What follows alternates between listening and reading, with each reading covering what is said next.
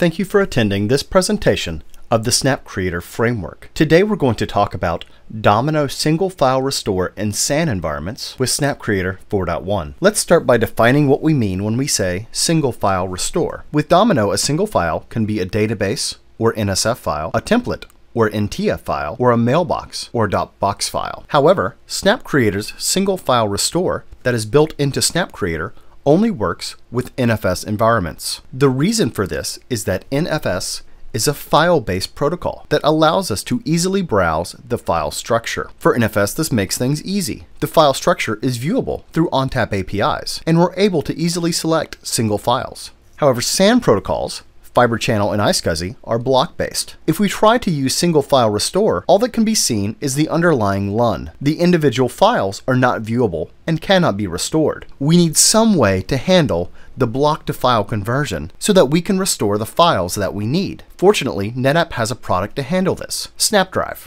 SnapDrive can easily and quickly mount a snapshot copy to a mount point on a server. Snap Creator now has the ability to perform a custom action. One use of this custom action is that we can use Snap Creator to apply change information and logs from databases that were restored from outside of Snap Creator. As a result, you can use SnapDrive to mount a snapshot copy, then copy the desired database or databases to the restore directory that's defined within the config file. You can then run Snap Creator. The Snap Creator CLI command can be run using --action custom. This allows for the same options as the GUI. After this is completed, proceed with your typical restore workflow. Even though most of this process happens outside of Snap Creator, there are still a few things to know about the Snap Creator part of the process. You should verify the data restore directory in the configuration file to make sure that Snap Creator change info will be applied to the correct directory or file. Snap Creator's Domino plugin has a variety of restore options. You can perform a point-in-time restore, which restores the data to the point in time of the snapshot copy. You can perform an up-to-the-minute restore,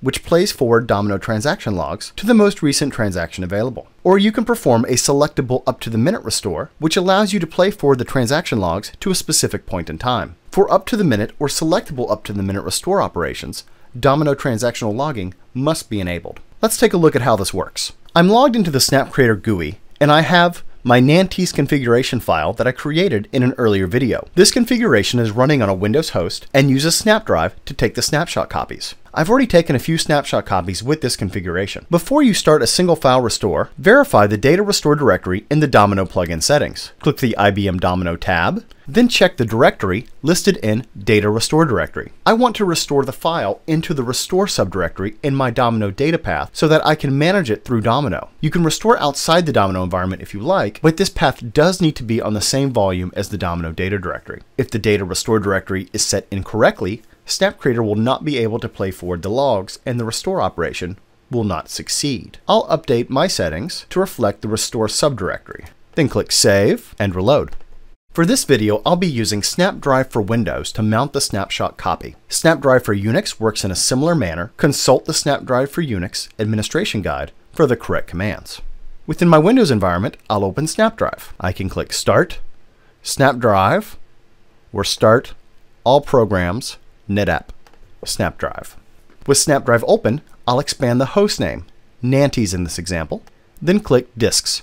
My Domino data is on the F drive, so I'll expand it, then expand Snapshot Copies to see all of the snapshot copies on that volume. Locate the snapshot copy that you wish to mount. You're going to need the snapshot name when you run the Snap Creator command. So an easy way to get it is to just right-click and select Rename, then copy the name into your clipboard. Don't actually change the name. Just click No. Then right-click and select Connect Disk, which will start the Connect Disk wizard. Click Next. Since I started the Connect Disk wizard from the snapshot that I wish to use, most of the information is already filled out for me. Notice that the DOM data LUN is highlighted. You could optionally enter a LUN description, and when you're ready, click Next. Select the LUN type. Unless you're using a Microsoft cluster, you'll probably choose the dedicated option, which is the default. So I'll click Next, and then choose a drive letter. I'm going to select R for Restore, and click Next. My environment is an iSCSI environment, so I need to choose an iSCSI initiator. Make your selection and click Next. And again, for iSCSI environments, you need to choose an initiator group management. Automatic is the default, and I will select it. And click Next. Confirm your settings and click Finish. My selected snapshot copy is now mounted to the R drive. I'm going to open two instances of Windows Explorer. On the first, I'll browse to F, Domino, Data, Restore, which is where I plan to restore my file. Within the Restore directory, I have a Mail subdirectory. And within that Mail subdirectory, you can see some files that have already been restored. On the right-hand Windows Explorer, I'm going to browse to R, Domino, Data, Mail. These are the mailbox files from my snapshot copy. I want to restore T06. I want to copy it and paste it into the Restore subdirectory of my active Domino file system. With that completed, I now need to run SnapCreator.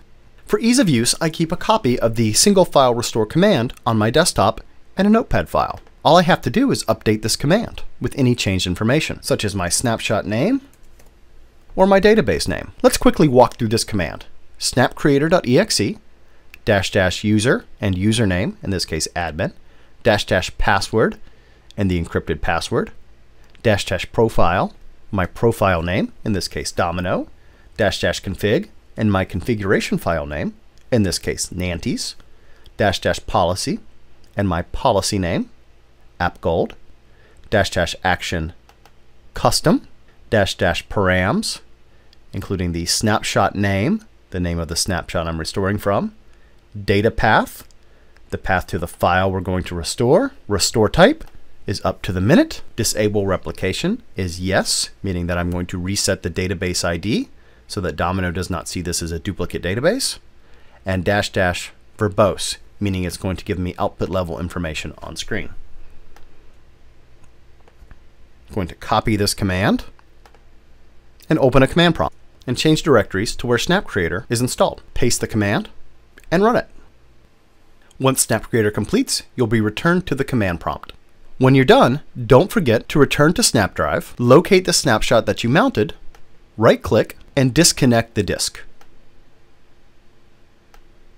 This leaves your environment ready for the next restore operation. That completes this presentation of SnapCreator 4.1, Single File Restore in SAN environments for IBM Domino. For additional information about SnapCreator, visit the SnapCreator developers community at www.snapcreator.com or visit the SnapCreator forum on NetApp communities at www.netapp.com/snapcreator.